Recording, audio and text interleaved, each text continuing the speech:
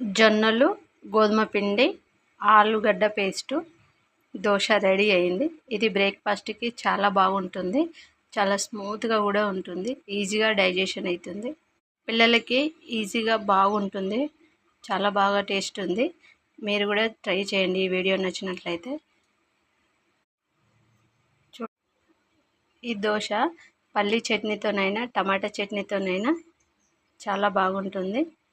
ఈజీగా చేసుకోవచ్చు ఇంట్లో.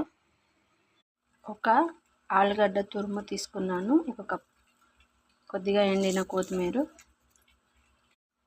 జొన్నలు, గోధుమలు కలిపి పట్టించిన పిండి 4 స్పూన్లు, ధనియాలు, జీలకర్ర పొడి 1 స్పూన్, కొద్దిగా పసుపు, సరిపడా salt, 1/2 spoon soda, 1/2 teaspoon కారం. మొత్తం మిక్స్ అయ్యేలాగా కలుపుకోవాలి. కొద్దిగా వాటర్ యాడ్ చేసుకుంటూ దోశ పిండిలాగా కలుపుకోవాలి. ఈ విధంగా కలుపుకొని ఒక 5 మినిట్స్ మూత పెట్టి పక్కన పెట్టుకోవాలి. ఒక స్టవ్ ఆన్ చేసి పెంక పెట్టుకొని కొద్దిగా ఆయిల్ అప్లై చేసి ఈ పిండి వేసుకోవాలి. ఈ విధంగా వేసుకున్నాక ఆయిల్ కింద ఏం అప్లై చేయకుండానే మూత పెట్టుకోవాలి.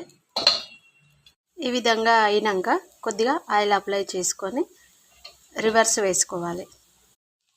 ఈ విధంగా అయిన తర్వాత తీసి పక్కన పెట్టుకోవాలి.